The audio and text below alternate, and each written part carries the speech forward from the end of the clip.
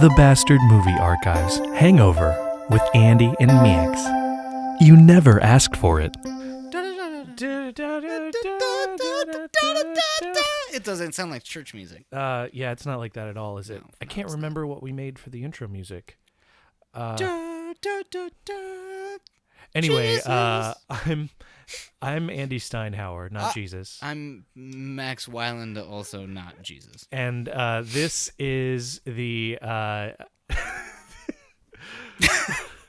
can't remember the name of our podcast. This is the Bastard Movie Archives. The Hangover. The Hangover. We just watched Strike Commando. We did. With Reb Brown. And I made an admission that I thought it was Red Brown until I saw his name on the credits, the opening credits. And that's his biblical name because the rivers run red with Cambodian blood. I can see why that gets mixed up. I can very easily see. Although I think it's supposed to be Vietnam. But It's Malibu. It looks like Cambodia. I want to say Malibu. Well, I'm sure.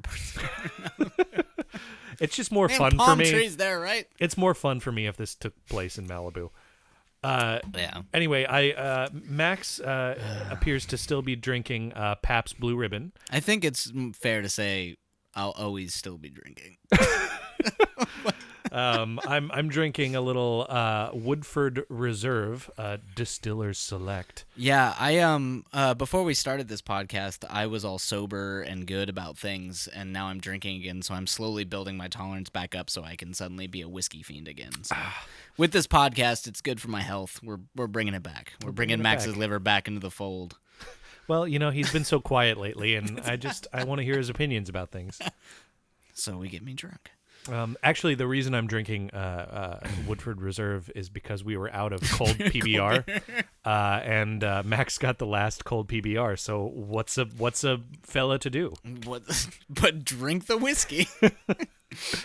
I'm glad our problems have come down to, well, if there's no beer to drink, what do we drink? I guess the whiskey. It's not easy being me sometimes. It's not easy. It's not easy. Clearly, we have real problems. Real, yeah. Max, what are you working on lately? What's you just moved to a new place, right? I did. Yeah, I did. So life is finally settling down again. Good. Yeah. I mean, not knowing where you're gonna live is a little traumatic. It's terrifying. Yeah, it's absolutely terrifying. I can only equate it to running around in the Cambodian jungle with a blonde sex icon. You're going somewhere. But you're not quite sure where. Probably to the grave. That's true. Yeah. It's true. When I was there, I lived in Disneyland in a little shanty town outside of Disneyland for a little while. That's not the impression I got of your last apartment, but whatever floats your boat. Whatever works. Yeah, no, just doing the dream. Yeah. Doing movie things, which you will inevitably see on this channel. Yeah. Because I'm going to be shameless and I'm going to plug this stuff.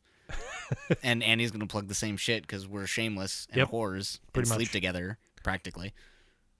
Sure, why not? I mean creatively. I don't mean I don't want to make this weird or anything. Whatever. I mean, it's not like I think about you in the shower sometimes. Okay. Hey, whatever you need. That's a true friend. The me in your head can do whatever you want him to. That's how you know you have a true friend, everyone. I've been just I don't know, working, auditioning, doing that thing that I do. Is this a new thing, or are we gonna talk about our lives now? We gotta talk about our own lives a little bit, just a little bit, just a little bit, because I don't want people to know about my problems. You moved in. Well, you can say all the good stuff. You can make it look like you don't have problems. It's good. I moved away. I have my own bathroom that I can cry in. I use my bathroom for defecation, but Max uses his bathroom for crying. I do, and I actually know this because my cat, I have to keep the door shut because what he'll do is he'll go into the bathroom and sit in the shower and cry. And the reason he does that is because he's seen me do it so many times. Well, and you need some place to put those tears. Yeah, you have to. You want them to get. It's like the end of Blade Runner. You want them to get lost in the shower. But instead of, in the shower stream, because then you just don't know how many tears you've cried. Truer words. Yeah. They get lost in the rain. Or wait, Memories. Yeah, whatever. I fucked that up.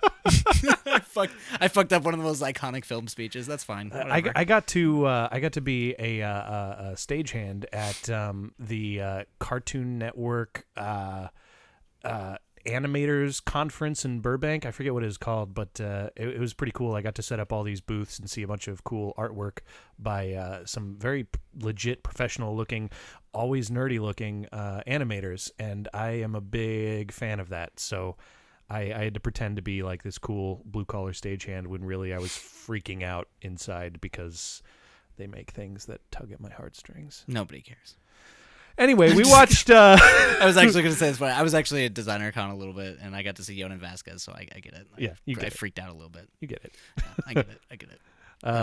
Yeah, so Gravity Falls people were there. Fantastic. So we watched Strike Commando with Reb Brown, like I said. And, yeah, it's one of the many. We talked about it in the film. So anyone who's not familiar with Reb Brown, if you have watched Mystery Science Theater, late era Mystery Science Theater, they did a film called Space Mutiny.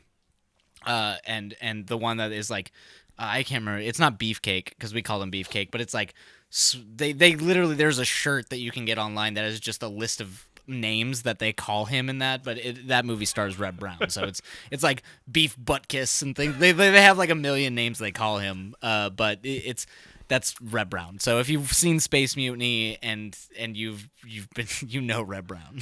And if you're listening to this, you probably wish that you were watching what those fine folks over at Mystery Science Theater were doing. You watched our commentary and we're just like, fuck this. I'm gonna go watch the robots. Yeah, I don't know. To be fair, I'd go watch the robots. I don't know if you can tell, but we don't exactly write these jokes ahead of time. Yeah, kind of. I guess we should just come clean and be kind of honest about what this whole bullshit thing is about. Yeah, basically, Max knows about these movies and finds them and then subjects me to them. Yeah, that's kind of I wanted to keep it, and who knows how long. Neither of us really want to be super righty about it. No one's going to be better than the Mystery Science Theater guys, Cinematic Titanic, Riff Tracks. I mean, those guys are master joke writers, and they are. Yeah, I kind of wanted this to be more organic and more punk rock, where it's just I think. Yeah, I like people to sit down and watch it and drink beer and watch me subject one of my friends to it, just like most people who watch these movies like to do. They take their vanilla friend and they're like, "Hey, have you ever seen a really exploitation racist Asian documentary? Well, let's watch that." Or there's always some asshole who only listens to Norwegian symphonic death metal and must make all of his friends understand, and they never understand. They won't, but he's gonna keep showing it to them. Because that's the definition of insanity. Yeah, and hey, if you are my friend who introduced me to Norwegian melodic death metal, I'm sorry. I did own a few albums that you introduced me to. I still do somewhere, but they don't get a lot of playtime these days. Yeah, not that it's shitty music. If we want to make this less parabolistic, it's mostly Japanese schoolgirl death metal. If we want to get real. Oh, if we're in the Max world? If we're in the Max world, where I'm just like, hey, Andy, listen to this. This is 16-year-old Japanese girls doing death metal. So, Strike Commando, we opened... It's also Asian. It's also... Well, I think Malibuan, but... they had a lot of Asian people in this movie. They did have a lot of Asian... They were... Or was it only like 10 that they kept reusing? Well, the thing is so I think they were speaking Chinese. Which is fucked up in a way because they're not. But the only reason I think is because I can recognize some words they're saying. Yeah, and the problem is I'm not familiar enough with Vietnamese or any of these other languages, like particularly any of the languages in that area, to know if I'm just mixing words and tones because they're similar. Those words can meld together, but like so all Asian people talk the same. Is that what you're saying? Kwai kwai kwai on the boat. Yeah, like that in Chinese that means quick, like be faster, faster, and he's like on the boat shooting the gun. So I'm like, are they speaking Chinese? Like, or am I like what's happening right now? Is that the level of I don't give a fuck that the production had about it, where they're just like, sure. Speak whatever language you people speak. Well, the quality of the movie was such that that isn't surprising whatsoever. Right. So yeah, sure. I mean, look, honestly, Max, if we were shooting a movie in the back of this apartment complex and we needed an Asian person to say, we'd probably use gibberish actually instead of Chinese. Right. Which would be less racist. I mean, they could be like South Park is actually super spot on with their languages. Sure. Which, I mean, well, half the time is because it's always Japanese, and Trey Parker's a weeboo, so he speaks Japanese. But like when they do Chinese people, they're speaking Chinese. So, well, you can do that now because Google exists. No, Google Translate's terrible. It's fine. This It's isn't fine. for this podcast, but I was going to tell you about the time that I worked for a guy who wanted me to translate legal papers from English into from English into Chinese, and I was like, on my application it says I studied it for 2 years. I can't. I'm not good at legalese.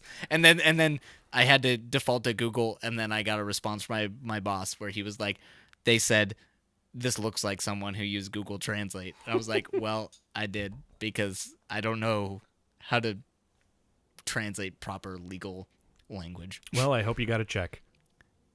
I never got the last one. That's beside the point. Hollywood, where you never get the last check. Welcome to Hollywood.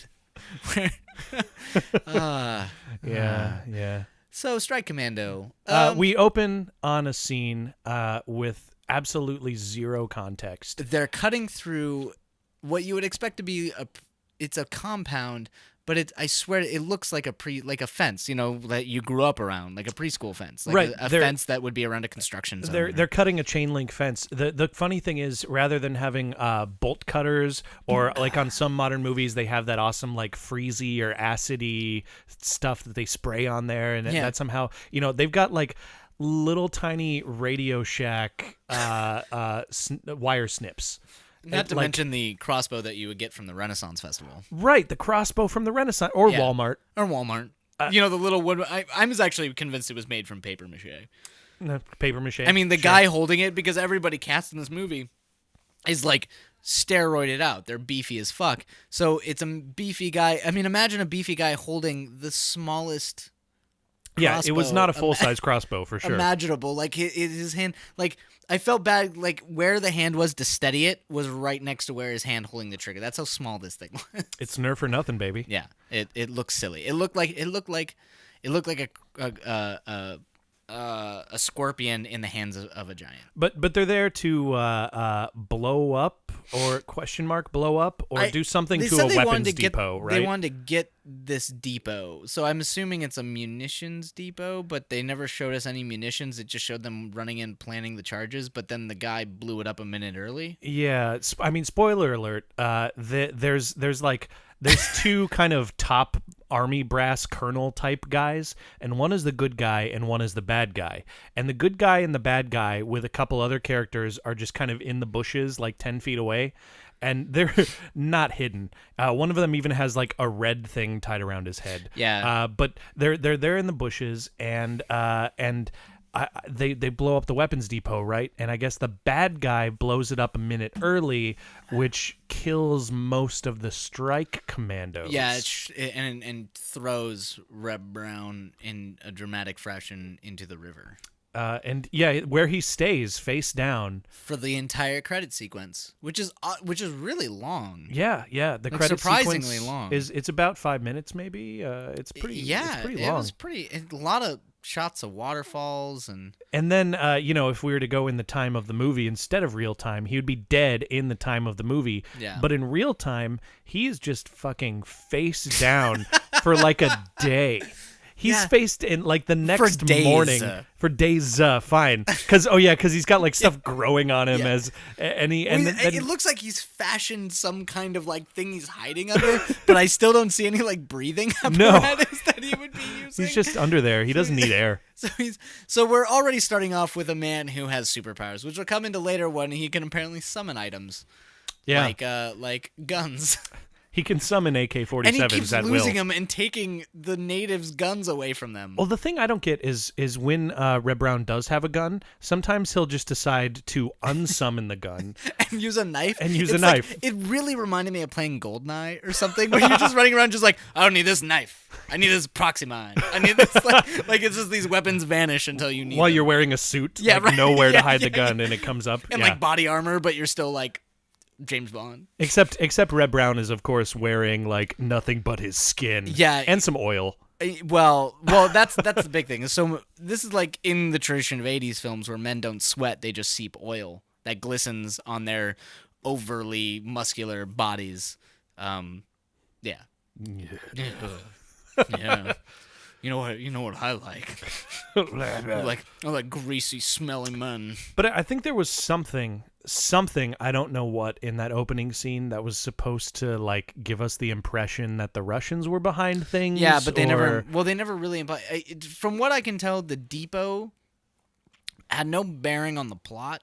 Right. It was just like an insertion point. Yeah, that he just wanted to blow up the depot, but this is where it gets muddled. This is where I have to draw the parallel that this was the backstory to Kurtz from Apocalypse Now, because it's so muddled. It seems like factions of Vietnamese, so they would imply the Viet Cong with the Russians. Yeah, but it does. I was never sure who wanted what. I don't know. I think when they wrote the movie, maybe it was a little more clear in the script kind of thing. Because the one test of like how a movie can be passable and how or a scene in a movie can be passable, in terms of like motivation. It's like you need to give me, the viewer, information. Yeah. Right? I need to be able to follow what's going on. And there were several times in this movie, where I had no fucking clue. I'm like, what am I supposed to be watching? What is this person doing here? What's going on? Yeah, like there was never a moment where like when he blows up the thing early, there was never any indicator why he did that. No. Like, except for there was a shootout happening. They're like, oh, we're not gonna be able to make it unless we blow it up now, which doesn't make any sense because they planted the charges. Yeah, and it didn't. So there was later in the movie, it might have been the Russian guy who made it blow up early. Well, yeah, there was no motivation for a guy to be a bad move by a commander. So a good example of a commander making a bad move and being vilified for it is like Kubrick's like Paths of Glory, which is an old like Kirk Douglas World War I movie. So where it's for his own political gain to have them get out of their trenches, and it's the fault of a captain that these guys don't get out of their trenches because they're gunned down. So this man fires on his own troops without getting approval, and like it's this big fucking thing. So you have reason to vilify this guy. There's a reason behind it, and it's never like you understand the motivation that drives the rest of the film. And this whole thing was just like Russian bad. Yeah, it was Russian bad, and this guy's working with the Russians. I was like, okay, but what do the Russians have to do with the depot, which was the cause of this whole thing in general? Also, maybe a factual thing that somebody who's more familiar with the armed service could check me on is, why would you have two very high-ranking officials pulling guns on each other guns on each other, not just pulling guns on each other, because Jesus Christ, but even the fact that they would be there. Yeah. I mean, why would you have in the field? Like, I could see maybe if they're an extremely elite unit, having one lieutenant there. Right, you would expect the realistic situation to be like in Black Hawk Down, where they're just at the command base monitoring things. Exactly. And you'd have maybe like one you'd have like in like one lieutenant, maybe like I forget what they call the first lieutenant. Yeah, and they do that later too when they get in the helicopter to go kill. They're like, oh, we gotta go kill Red Brown now. There's all sorts of like really high level assets right next to the fighting. I just want to know why that's a thing. Is like in there's a constant question in these movies about who's in charge when it's clear who's in charge. Like in the military, there's a very clear.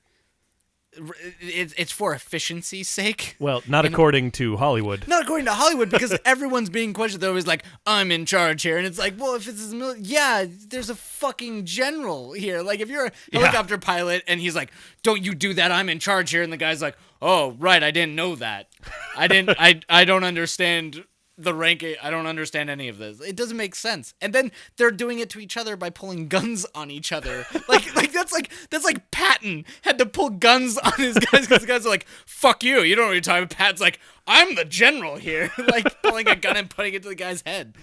And Patton just naturally has a bigger gun, I guess. It's essentially, it is literally it's gotta be. It's cockfighting. It's cockfighting, which is funny because it comes back. Which ties into this movie. The third act of the film where there's an actual cockfight. Max, is this movie not an actual cockfight? This movie is a massive cockfight between, I mean, I'm wondering, we were asking why there's not, so there is a Russian guy, like in the Rocky sense of, was it Rocky? Is it Rocky 3 or 4? It's Rocky 3. Dude, I don't know, but it could have right? been the same guy. Like, I know it's not the same guy, but the way that he was portrayed and the way that his muscles parted space-time around him. It's supposed to be anti-Red. The guys who were... Yeah. And the fact that guy is... So anyway, Red Brown goes up the river, meets this group of indigenous, like you can assume Vietnamese rebels. They're fighters, not Viet Cong, probably Vietnamese fighting. They're like American friendly. Yeah, people. friendly. And there's a French guy there. There's a French guy because someone decided to do a 1984 Wikipedia search and be like, oh, the French were there. And they found out that, or the point of that is like it used to be a religious site, I guess. So they were, I guess, saying like, well, religious people would be on the American side. I think by religious site he meant it was like a monastery, like a French. Because the guy was like Francois, blah blah blah. It was like probably like some sort of like French Christian monastery. But they get there and Red Brown wakes up. We've totally forgotten his character name. Oh, He's yeah, just the Red white Brown. face scene. Yeah, yeah. They all have like white painted on. It's like the opposite of blackface for some reason. But white face. And so, by the way, his name is Michael Ramson. Don't care. He's Red Brown. Yeah. No, it's not. It's Red Brown. You're wrong. You're wrong. No, you're right. I am wrong. It is Red Brown.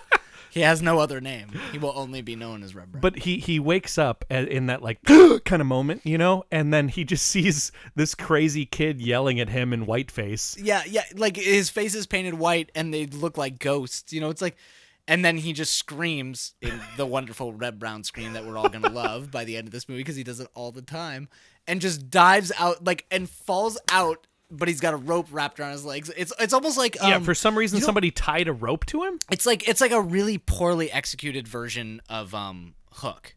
Like if you remember when like the shenanigans that happens to Robin Williams and Hook. Oh yeah, it's kind of like that where he gets hit by the leg and the Lost Boys catch. It's literally the same thing, except for just really poorly and really racist. Well, yeah, they all look at him and start saying like America, or what do they say? Something about they keep yelling that he's American. I mean, both of these are the products of severe cocaine use, like Hook and Strike Commando. It's just two different even outcomes. Spielberg on cocaine is better. It makes a lot more sense than clearly the Red Brown films on cocaine. It goes on for way too long though when they're calling him American. Yes, like they're just yelling him like it was a bunch of extras. But then they give up and they just walk away. Well, because they ask him to kill the enemy guy. And then he summons the gun. He just has the gun. He just has the gun. Yeah. They cut him down from his. That's right. And then ask him to kill the French. And then they ask him to kill the VC guy or the NVC guy. Yeah, that's right. And he won't do it, so they shoot him. And then they just kind of like walk away. And then the little boy runs up and says, "You're American. Tell me about Disneyland." Yeah. And then he tells them about Disneyland. There's a little bit of an like awkward touching in this movie. It's very strange. I think it's you say but that it's not like creepy. It's just that Red Brown clearly doesn't know how to hold children. He never got past that like third high school theater play that you do, where you decide that your hands can just stay at your sides. Yeah. He doesn't know how to embrace as an empathetic human being. Are you saying that Red Brown doesn't know how to love? No, I did not say that. Red Brown knows exactly how to love. He knows how to make sweet, sweet, hot love. But he doesn't know how to embrace non-romantically. It obviously, it's not creepy. He doesn't embrace the child in a creepy way. It's just that he's a steroided out monster who doesn't know how to handle It's like, he's like, I broke it! There was probably 4 kids that he just kept breaking and had to... Now we've jumped ahead to when some violence happens. Yeah, but he deals with the kid multiple times. There's some shit happens that I don't remember because it was just there was the girl violence. who was like, "Don't get his hopes up. He's a fragile child," even though he was born and raised in a cruel war that was world. The thing. It doesn't make any sense. They had to leave the village for some unspecified reason because he couldn't take. Yeah, because it was he had to leave the old people behind. But why? Why did they have to leave the village in the first place? Nobody knows. Yeah, no. They had to leave the village. I think it's the Russians. I think that's where the Russians. Because she calls it Jakota. She says him by name. Does she? But then they go back later and they're all dead and they act like it's a big surprise.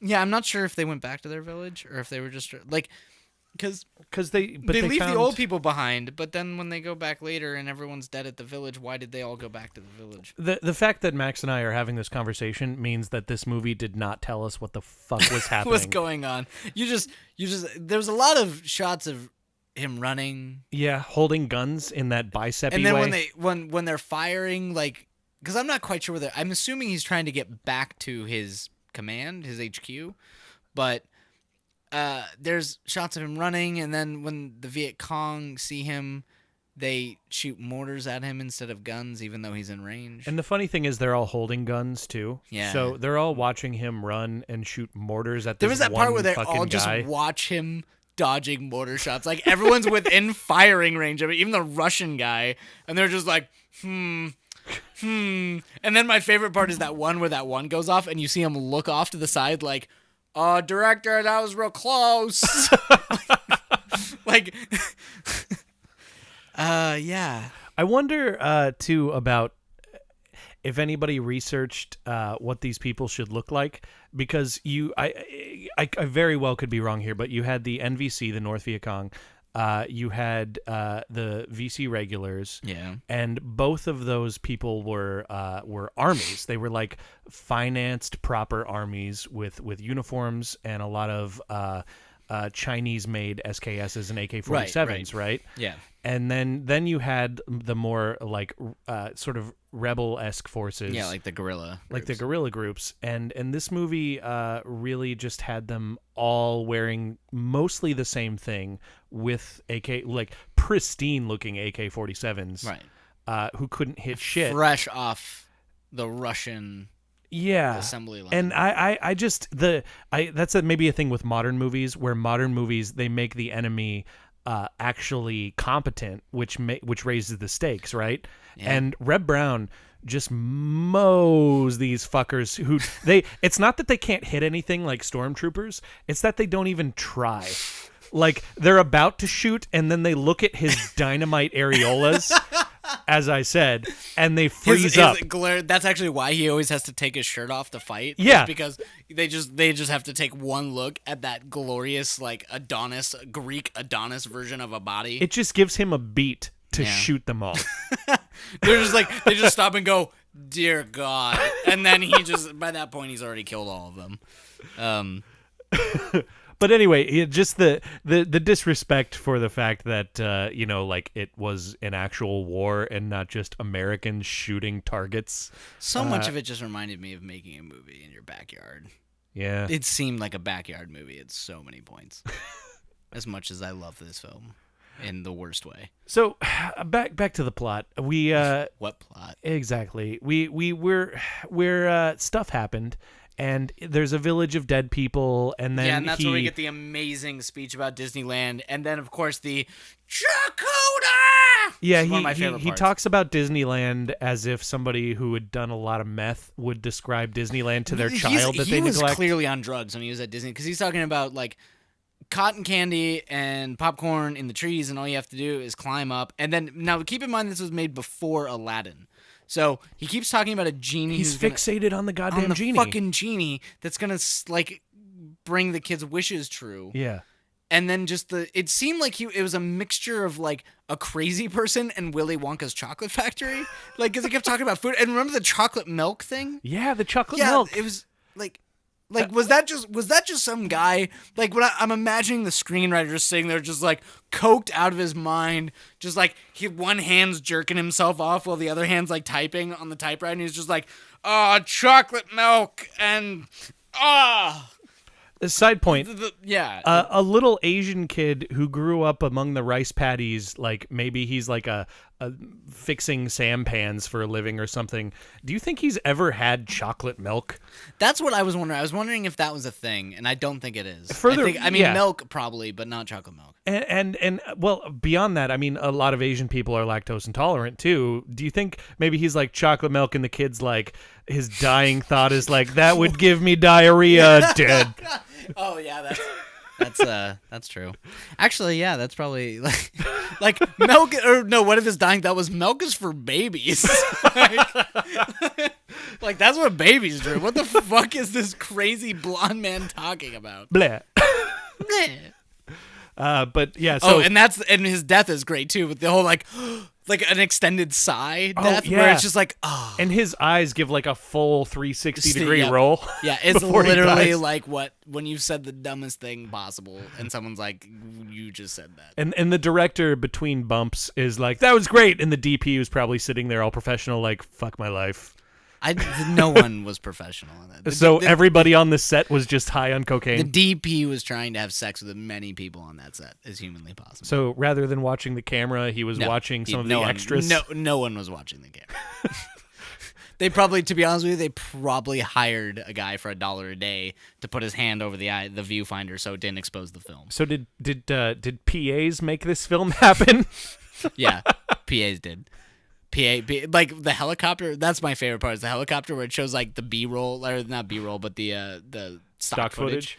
And then it cuts to them on set, and they're just you could tell there's probably some poor ass grip is just moving the rotor around because it's going so slow. Well, let's take a beat here. There was a shot that was obviously a shot of a helicopter on the ground so they could get reactions from the people inside, and the shadows of the rotor were just like a rotor lazily going by the cockpit, and that Max pointed that out to me where definitely a grip just like pushing this helicopter rotor. There was a terrible TV show that my father used to force me to watch called Whirlybirds, and he would. This show. Do you really? Only like 1 or 2 episodes in my life. dad has the whole fucking series. Like, he would watch it and got a kick out of it because it was a Bell 47. Your dad was a pilot though, so he had a Bell 47 helicopter, so he was like, "Oh, I want to watch the show with the Bell 47."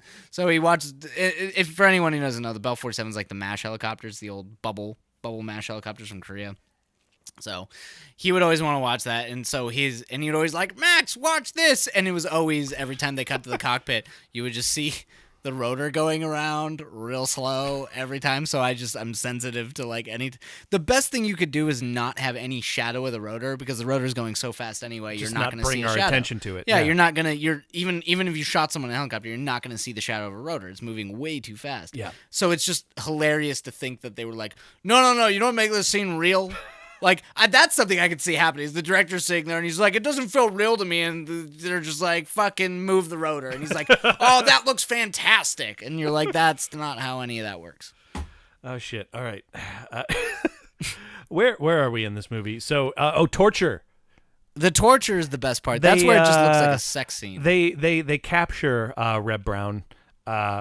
Yeah, I was very. How did they it was capture after. him? It was after he went back to the village. Oh shit! Yeah, he got an M60 from somewhere. Yeah. He summoned it, maybe. He summoned it, and then went. And this was our favorite part, because remember, he went and shot the house because they were like, it's like they set up a house because they knew he was dumb enough to just shoot it and scream, which is exactly what he did. And then they all came out of the woods. It's amazing to me that the Russian, or maybe the NVC commander, or whoever these people were, knew that Reb Brown was dumb enough, and 80s enough to take his considerable armament of like 300 rounds in an M60 and just empty it all into a one fucking single mud building that nobody's in. And then after he runs out of ammunition, the entire army just kind of surrounds him like they were just waiting for him to do exactly that. Okay, I'm building a theory, and we'll get to this later when we Build get to away, Max. particularly the third act of this film, but I think this movie may actually be about how the guy working in the military that was working with the Russian guys, I think they may have been the good guys that stopped World War III. And I actually think that Reb Brown's the bad guy. And I'm gonna justify this later on when we get to particularly the third act and the way things go in the third act, because things get very dark and strange. But I think that might be the case, because they just sort of presume his own sort of racist, evil prejudices. Yeah. And nothing they do does anyone any good. Yeah. Yeah. And remember, he's the one who causes the shootout at the beginning, too. He's like literally a walking metaphor for like American foreign policy and intervention. I just realized that. Holy shit. Because he's the one who causes the firefight. So he kills the guy with the dart in the back. Yeah. But remember, he's the one who fucking gets busted and causes the shootout. That causes them to have to blow the whole thing up early. Okay. So it's Reb Brown's fuck up that leads to the cover up that maybe this guy is... I think the Russians might be the good guys in this. The Russians might be the good guys. I still okay. I recognize that theory, but I still like the theory that this all took place in an asylum in Idaho. Right, you want to go the more psychological, like this is a crazy. Okay, see, and then the third act is him breaking out of the asylum, and murdering innocent people. We'll get to and then Harrison, the lone gunman theory. Harrison Klebold watched this movie and got it, and then horrible non-comedic tragedies ensued. Yeah, there's definitely like a little bit of a lone gunman thing going on at the end of this. That's like, because Red Brown is totally emotionless when he's just real creepy. Back to torture, though. Yeah, back to torture. So. There's a montage of him getting tortured. Yeah, and it often looks like he is coming. Yeah, and I think that's a steroid thing. I think pain and coming is the same thing. And, it made a lot of Total Recall scenes. It made me appreciate those, because Total Recall scenes you watch like, and you're like, oh, Arnold, that's being Arnold. And maybe he was inspired by Red Brown. Sweet Mary of Christ, or whatever the fuck he says. Yeah, he just starts randomly uttering nonsense. And then his drunk buddy, like, I love the idea that they're like, you're in pain, directing, you're in pain, and as a performance note, he took that as, I should act drunk. Yeah. Oh, Red Brown. Because he gets arrested, but obviously when he goes and shoots his place up, he gets trapped, arrested, and his old buddy is there. When he gets captured, his buddy who was there blowing up the depot. Who I'm not sure who he was from before, but we know he's no idea, but we know he's the buddy, or we think he's the buddy. And they know each other, and they're friends, apparently. And the buddy is not as strong as Red Brown, so he does this like radio broadcast that through stock footage we can see influences the troops. Right. The somehow. Propaganda pieces. The propaganda pieces, which is great when they show that going over the radio waves to stock footage. Yep. Now, the United States military wouldn't have jammed that at all. If you want to know what's stock footage and what's not, count the helicopters. Whenever there's more than two. More than one. There's more than one helicopter. But, and that doesn't include grounded helicopters. Eventually, his buddy dies, and then there's this scene that's very kind of poorly and darkly lit, where Red Brown is crying, but it sounds and looks like he's giving his dead buddy fellatio. Right, which this feeds into Andy's argument, because I would say this defends this, that he's fantasizing about, like, he just needs someone to love. Yeah. So he's fantasizing like the only person he can fantasize about being in love with is a dead person that he's giving fellatio to. Yeah. And I think that shit stays hard after you die for a little while. No, it does. Yeah? No, it's not. I saw Clerks, man. Clerks, where it's like, if it's hard when you die, it stays hard for a while. Are we going to Kevin Smith for our actual, like, is this... You know what? In lieu of Wikipedia, we are going to Kevin Smith for this. Okay, fair enough. It stays hard when you die. I hope someone in the comment section is like, no, that's not what happens. You know, I hope somebody in the comment section is like, yes, I can tell you from personal experience. Tell me more. But it looks like Red Brown is going down on his dead friend. Yeah, which is pretty amazing. Making really appropriate sounds for that moment. Where but it's like it's like breathy. It's him trying to cry, but it's funny. It's funny when people on steroids who can't act, both torture and sadness sound like coming. Let's get off the pornography part of this. But this is a Red Brown movie. Whew. Woodford Reserve, you are whiskey. Anyway, so we're moving on. He escapes through. He's about to do. That's why you bastards got to fight through it. He's about to do a propaganda piece, and then he says something manly and American and good, and then he punches everyone. And like there's an American would. 3 guys. No one's guarding him except for the Russian lady, which we need to go back and establish the Russian lady. Right, thing. So the Russian lady. The Russian lady is there with the Russian guy, and she never says a word except for, like, she's a little bit sympathetic, like, this isn't torture anymore, this is inhumane, which is better than most Americans would call it. But ultimately, she comes off as a bit of a stoic badass. Yeah, she totally looks like a Russian badass, like a Russian military badass. The moment Red Brown breaks everyone through, he kidnaps her, except for she's just like...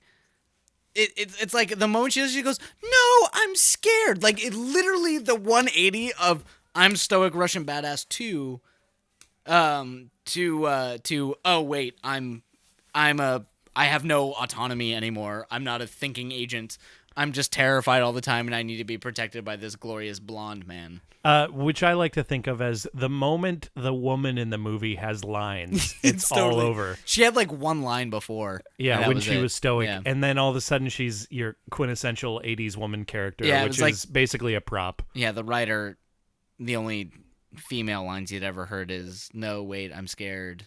Like that's like what kind of person's experience? Or well, this whole thing's a fucking male fantasy anyway. Let's be honest. it's absolutely so it's just, don't stop. But it's not no, don't stop. It's no, don't stop. Please, don't stop. You're amazing. No, and then she gets shot in the gut. Well, the best part is when he ties her up to the tree and she asks what he's doing and he doesn't explain. And you don't know as a viewer. And he laughs at her. And he laughs and then uses her as a decoy. And then when the guys show up, he jumps out and kills all of them. Which, by the way, he had several firearms by this point. But he threw them away and pulled out his knife because I guess he thought that would be the most efficient way to kill them. 4 guys at once. Yeah. But, an American jumping out of a tree with a knife is apparently equal to... 1 equals 4? Yeah.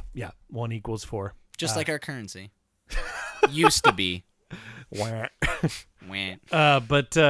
So then they're running away together, and you get the sense that like maybe she's like a little sympathetic, and she's no longer fighting him. I guess maybe they don't. I really swear to God, it. I thought there was gonna be like a tied up fuck to the tree bit. Yeah, but he didn't, and then they got shot, and she died, and then it was sort of like I loved you in a different life.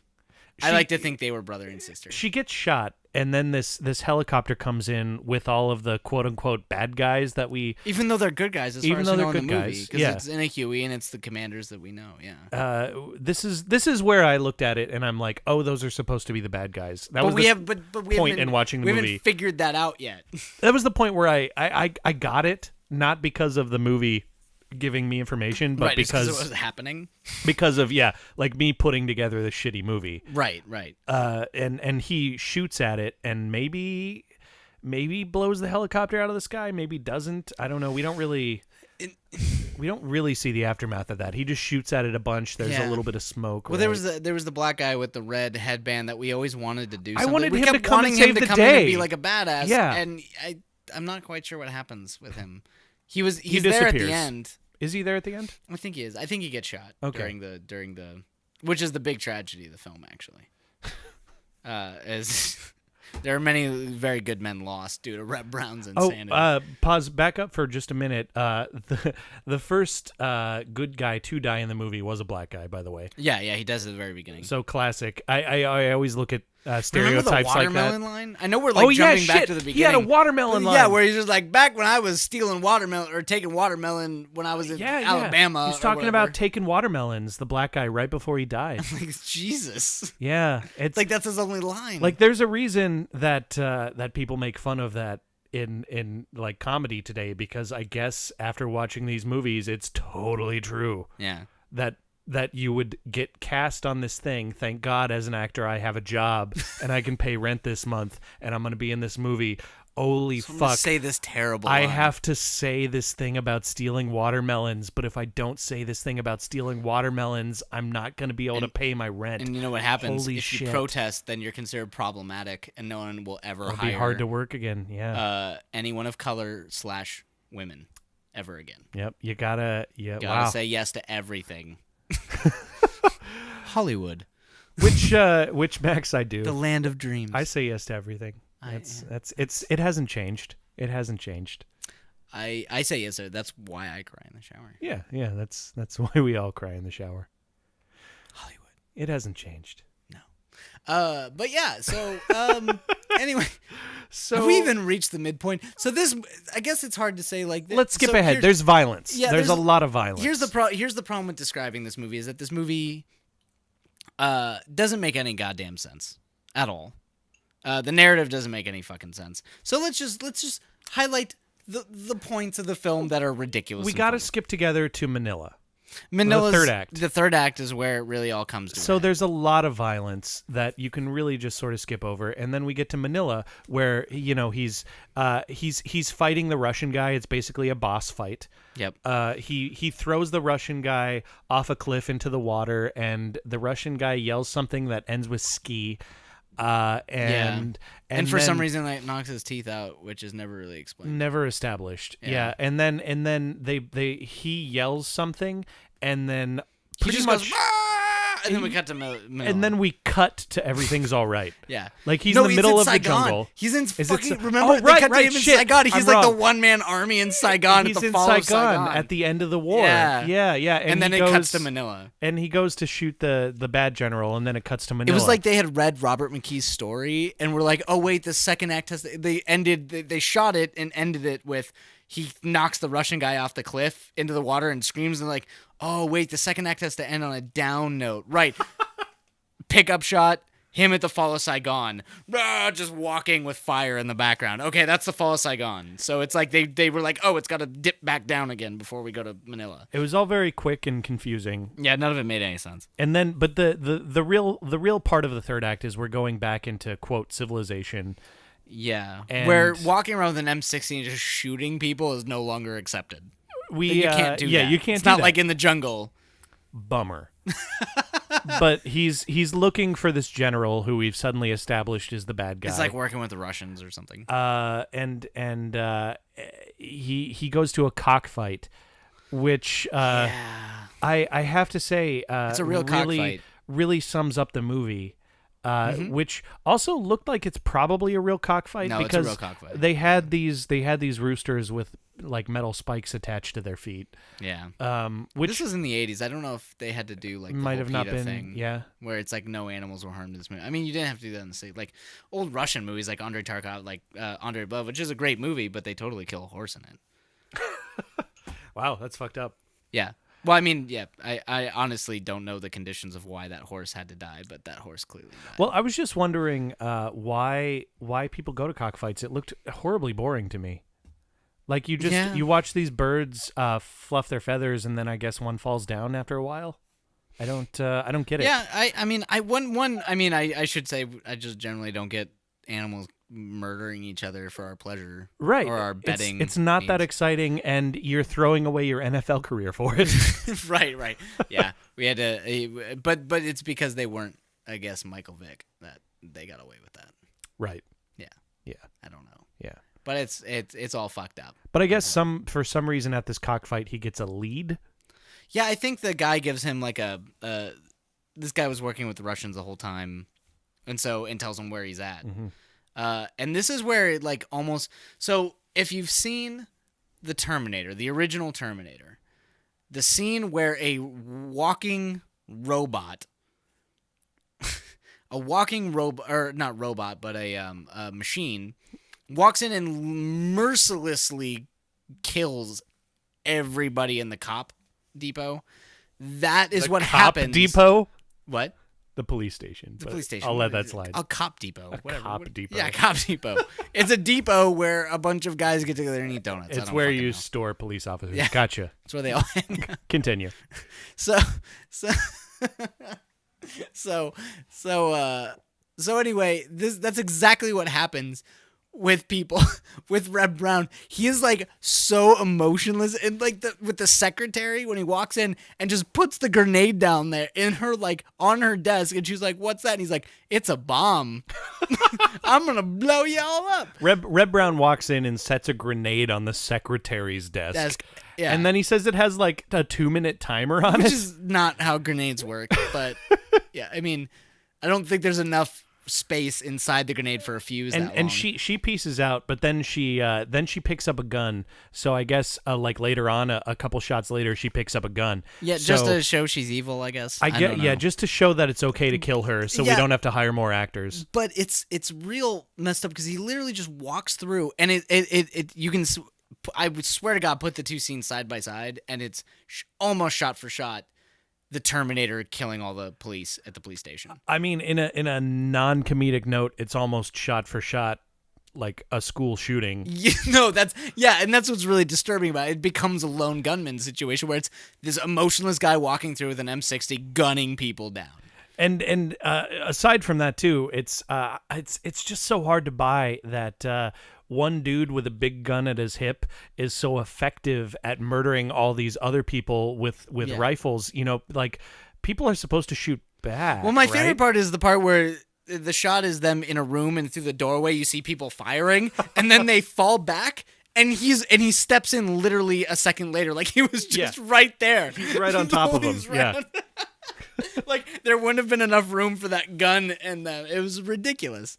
So the bottom line is he makes everything okay by murdering all these people. And then he walks out. My favorite part is he sets the gun down. Right. Like as he's walking out on a bench. I'm done. And he's like, I'm done with this. And then he walks out, and then the Russian guy pops out of the bushes.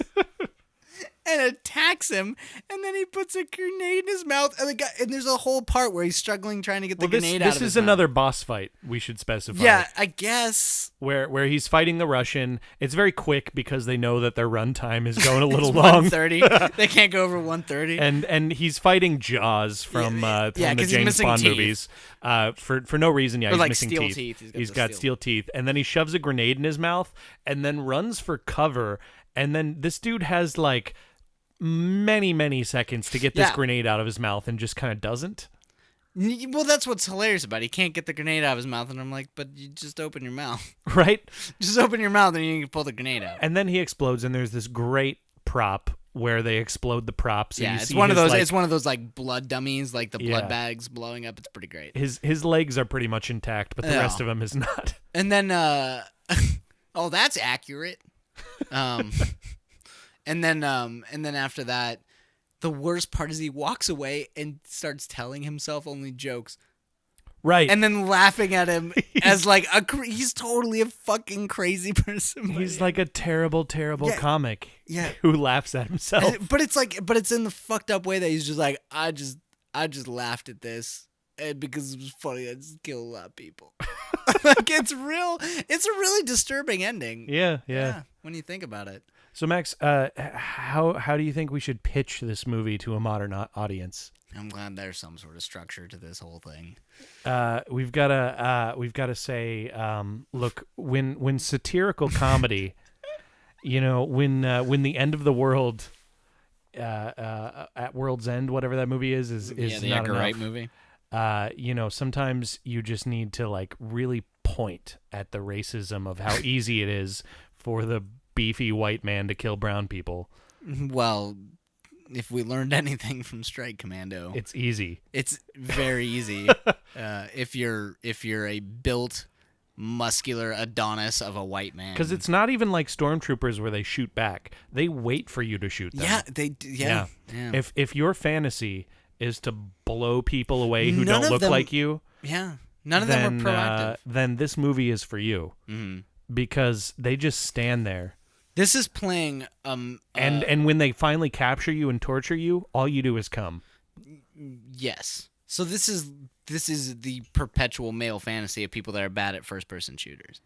There you go. When you've been playing Halo so long that you've been teabagged by way too many 13-year-olds, watch this movie. So you watch this movie and fantasize about being able to murder all these 13-year-olds that are really just brown people or any person that's not white. Anyone who doesn't look like you, really. Yeah, really. Yeah. Anyone who doesn't look like... I guess you could use age as a discriminatory thing. Age discrimination. That's fucked up, but sure. Yeah, sure. So it's just like all these little 13-year-old bastards. So you're fantasizing about murdering 13-year-old kids in the jungle. And then when you get captured and tortured, it's really just you showing your manlyhood by coming over and over again until you convince the one girl on that side that she's in love with you. And your friend who was weak, who thought that we should still help refugees, dies and says the negative broadcast, and you don't, because you know that we need to reassess and not help refugees. Right, because they're all terrorists. Yeah, they're all terrorists. So that's the Is guy who every single died. One of these podcasts going to exploit our politics? Jesus. Because that happens every time. It happens every time. It happens every time. Yeah, we think the governors who said that we're not going to accept refugees are cowards. Anyway, no. But they watch this movie and jerk off. Yep. But Yeah, that's the movie. This is who this movie's for. If you want to murder people who aren't like you. And it's really just watching Reb Brown be the most masculine, masculine imaginable. Despite his voice. Well, that's where the non-masculine part comes, because he has this like shriek of a scream that's what makes me think. So we were talking about how like what our bets were that he was in porn. And then when I start thinking about steroids and what that does to certain parts of your body, that shriek, I'm like, okay, so he's probably real beefy and real like tiny down there. Because he might have been, he might have been really good in silent films. He would have been amazing in silent films. But then he had to open his mouth, and it's like it's really whiny. It kind of sounds like frat boy, kind of like no, don't. I don't know. I don't like you. And you're a traitor. Every time he opens his mouth, you're just like, oh, buddy. Yeah, just shut up and be pretty. That's your job, right? He should have stuck to print. Oh, that's a bummer. Sorry, buddy. You made way more. You're way more successful than I am. I shouldn't be saying that. Is he? Yes. He is. Now, just for all you trivia people out there, he is the first Captain America. That's true. He is. He's the first live-action film Captain America. And now, I know you're not referring to this, but could have been this movie. He got unfrozen a little early. That's how he got the job. It was this movie. He got the job from this. But yeah, we won't be able to do it. But if you ever get a chance, check out Your Hunter from the Future. That's another good Reb Brown movie. We won't be able to do it because somebody owns it, we'll do right? some other Reb Brown films, but we won't be able to do that one. That one actually is owned and distributed. But yeah, it's a good one. If you want to see him in a leotard, greased up for an hour and a half. Who wouldn't? In the past future with dinosaurs, but it's in the future. I love you. It's pretty great. It's pretty great. Wow. Okay. What was that movie that just Kung Fury? So they just basically remade a Red Brown movie? Is that? Yeah, that's why I don't like Kung Fury. I've obviously inundated myself with too many movies that are just Kung Fury, but not satirically looking at Kung Fury or these types of movies. I really like Kung Fury. I thought it was too long, which it was only half an hour, but are we gonna start reviewing Kung Fury now? Kung Fury, they're so talented as SFX guys. And he does commercials. I think he really knew his audience, and there were some like the opening scene where he flips the cop car over with his skateboard and then makes it explode, and then like ramps his car, gets on the hood, and shoots gangsters. It's all brilliant. Yeah. It just goes on too long. Yeah, I'd agree with that. I mean, if you really want to, I'm a bigger just watch like Miami Connection or Alamo Drafthouse is just releasing Dangerous Men, movies that are actually from that era that went there. Now I'm even though I've never been, I'm really excited for some Alamo Drafthouse here in LA. Finally. After going to Fantastic Fest and being at the one in Austin, I'm really excited. I mean, we have Lomeli here, which is slightly more pretentious Alamo Drafthouse, but that's where we go for our movies up here. Well, that's more of the art house, and that's fine. The Alamo Drafthouse is definitely more like genre. They do a lot of. I mean, they're the ones who discover and are with like just like going through the grindhouse world and finding a lot of these buried films that have been buried for a long time, probably with good reason, but we're all sick bastards, so we watch these things. I just like how it seems like the future is going to a movie for an experience with a beer, because we can get all this shit online. Well, Alamo Drafthouse is it's actually really cool. You like write down what what you want and put it at the front of this counter that's in front of you, and then people come through in the theaters and pick it up, and you never have to talk to anyone. They just bring it to you and then pay your check. So it's very much like and of course they're the only theater that bans you for life if your phone goes off and you look at your phone. So I'm on board with that. Yeah, at a movie theater, because if your phone goes off, you're a fucking terrible person. Yeah, it's lovely. I want a beer. I want a screen that's bigger than what I have at home. Yeah. I want people there who also like movies. That was one of my favorite things of was it the Beverly or something. I went New Bev? New The Bev. Tarantino theaters? I- Tarantino's theater? Yeah, I saw Life Aquatic there. Yeah, you went there with Jordan. Yeah, with Life Aquatic. Yeah, that's Tarantino's theater. New Bev. I went there and I saw screening of the Life Aquatic, and everybody in that theater was a fan of the movie, respected the movie, laughed at all the right places. It was like going to a piece of theater rather than going to a only movie. shows things on film too. They don't have a digital projector. I was really entranced. If you have an opportunity to go to something where you're just surrounded by people who really love movies and Cinefamily, something Cinefamily's old, like that too. Cinefamily, love Cinefamily and New Bev, Yeah. and the Friday night midnights at New Art, because that's where I saw New Art's where I saw like House, the Japanese House, and those are good. Like if you want to go see Cinefamily is really good if you want to see like shit like this, like genre, pulp, cinema. New Bev does everything, but because it's owned by Tarantino, you're gonna see a lot of old like Shaw Brothers, kung fu films. You're gonna see. I saw the entire David Lynch retrospective there. So great! Yeah, it's fantastic stuff. Wes Anderson, they did a big retrospective. So it's great because there's a place for that, and it seems to be growing instead of shrinking. And we're not getting paid for any of this. No, we're just no, plugging no. this because this is what we do with our life. Yeah, these are things that we like. Maybe we'll have sponsors in the future. They probably won't not. sponsor us. They won't But sponsor us because we're filmed. They know we're gonna suck their dicks anyway. But anyway, that's Strike Commando, Yeah. right? I think that's about it.